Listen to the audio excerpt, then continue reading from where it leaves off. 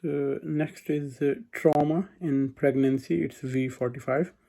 A healthy 26-year-old woman, 31 weeks gestation in her first pregnancy, is brought to A&E by ambulance following a motor vehicle accident at 60 km per hour. On arrival, her blood pressure is 80 over 40 and her pulse is 110 pulse meter.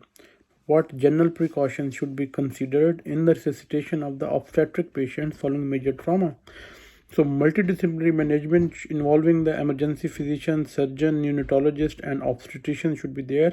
Ideally, pregnant women should be treated in the regional major trauma centers.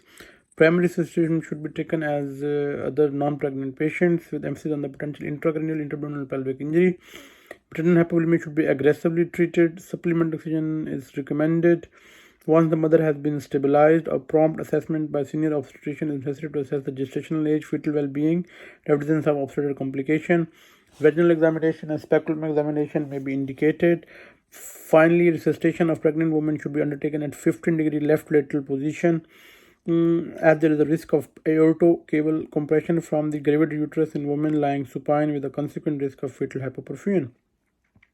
What obstetric risks are associated with the blunt trauma in the pregnancy?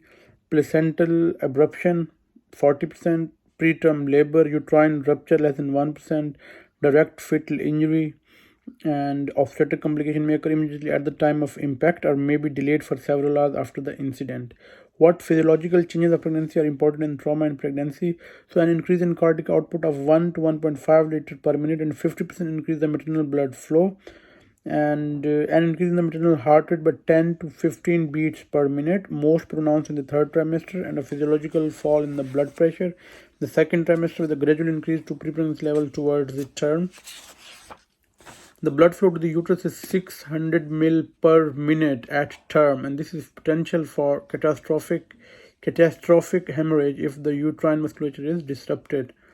These changes can mask the severity of maternal injury. Significant changes to the vital signs in pregnancy may be associated with a more critical hypovolemia and shock than in the non-pregnant woman. What laboratory investigations are required? So, full blood count, urea electrolytes, coagulative profile, and cross-match. Rhesus status. Rhesus negative pregnant women require prophylactic anti-D administration following blunt trauma in accordance with the local guidance. Urinalysis and Klihor test to assess for fetal-maternal hemorrhage. What is the role of radiological investigation in obstetric trauma? Clinically indicated radiological investigation should not be deferred because of the concern of the fetal radiation exposure.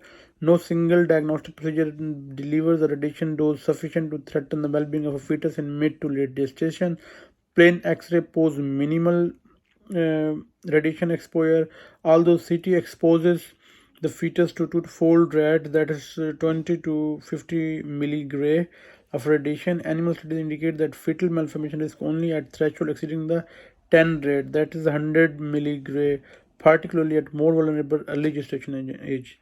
Discuss the effects of pregnancy on surgical exploration.